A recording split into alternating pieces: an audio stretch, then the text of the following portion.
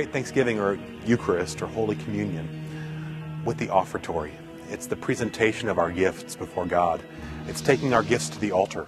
Really, it's the remembrance of that ancient tradition of taking the fruits of your labor and laying them before God at the altar.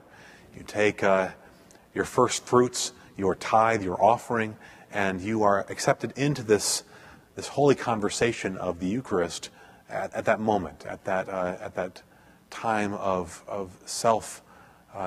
self-offering.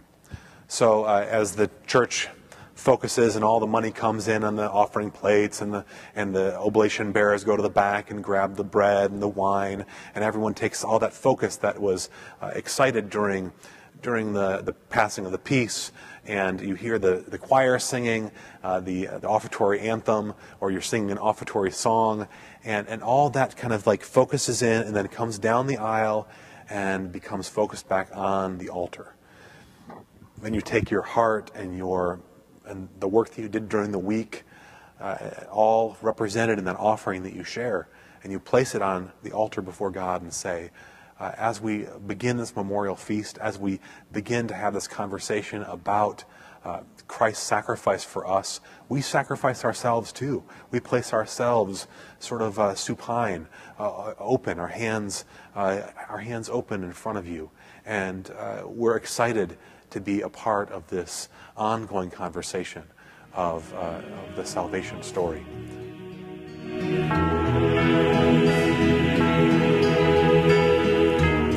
Sursum Corda is lift up your hearts. It translates into the lifting of your hearts. So if you remember, the beginning of the service starts with the Lord be with you, and also with you, lift up your hearts. We lift them up to the Lord.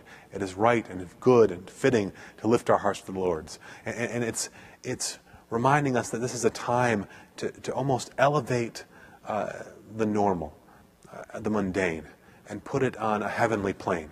And this concept of taking our actual literal hearts and placing them before God, lifting them as an offering before God, is poetic, but also it acknowledges that we stand, that we're ready, we're anticipatory, we're open, and that's the posture that is appropriate to begin Eucharist.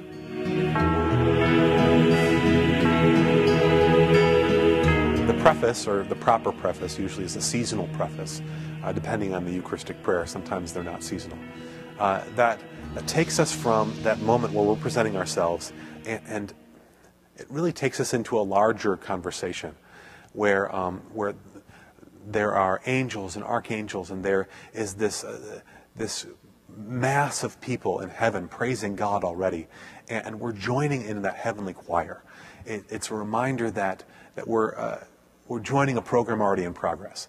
And while we're tapping in through the Sursum Corda and through our presentation of our gifts and labor and our whole selves before God, this is a praise that continues from the beginning of creation to the end.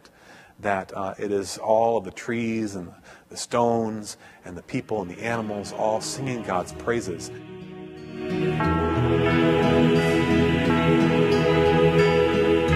It's impossible not to sing Holy, Holy. It's impossible not to present ourselves and to be excited about Christ and about God.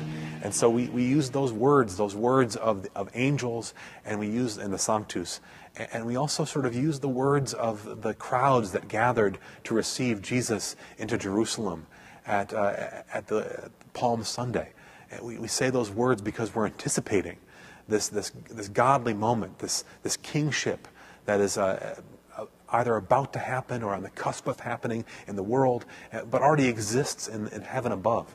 And it's really channeling into this larger epic story.